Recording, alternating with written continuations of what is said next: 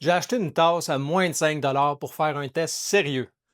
Parce que visiblement, mon département recherche et développement magazine au Dollarama. Le défi, graver le logo LZN 3D et voir si le code QR fonctionne encore après le laser.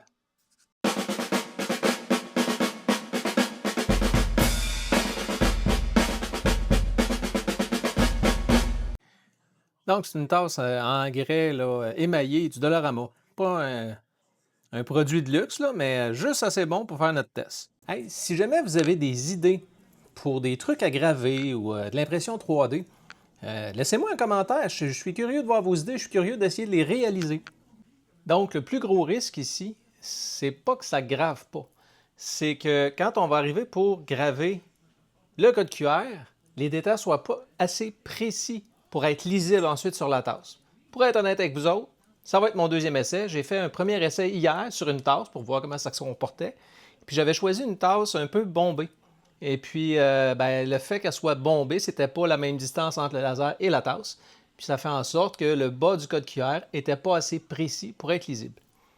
Je vais être honnête, ça va être dans les premières fois que j'essaie de réaliser un projet de ce genre-là sur une tasse en grès, sur n'importe quel type de tasse finalement.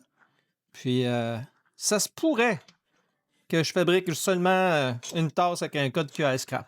Mais bon, si on veut le savoir, il faut l'essayer. Donc, une fois ma tasse bien positionnée, bien fixée, tout ça, j'ai pris une photo dans le logiciel pour la gravure. Puis, on va venir placer ce qu'on veut graver sur la tasse.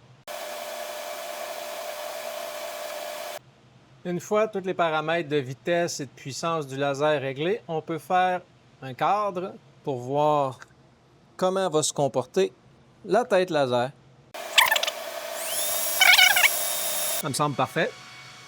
Donc, on va pouvoir lancer le processus. Un détail, avant de lancer le processus, étant donné que le laser, la machine a été surélevée pour faire passer l'outil rotatif, les rayons du laser sont plus complètement opaques dans la boîte. Donc, c'est très important de porter les lunettes de sécurité pour le type de laser utilisé.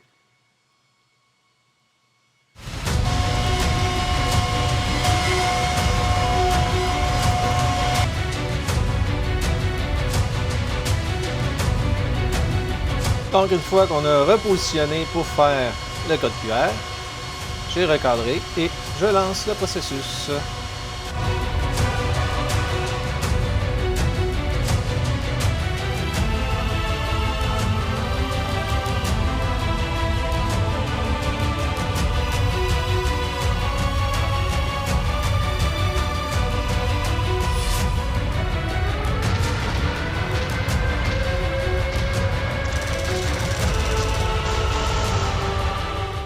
À première vue, c'est beaucoup plus propre que ce que j'avais espéré.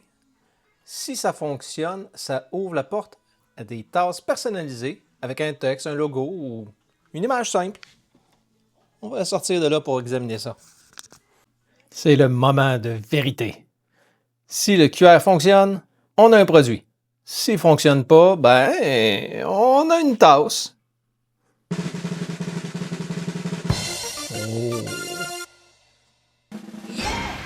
Et voilà. Un beau produit fini qui fonctionne.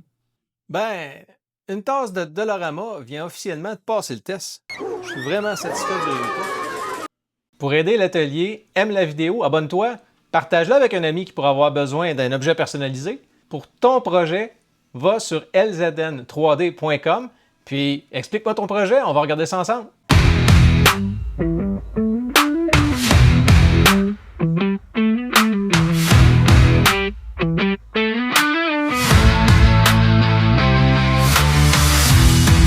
Juste une précision, si jamais vous avez des projets que vous aimeriez que je fasse en gravure, c'est de la gravure, c'est pas de la photo, donc c'est pas de la couleur.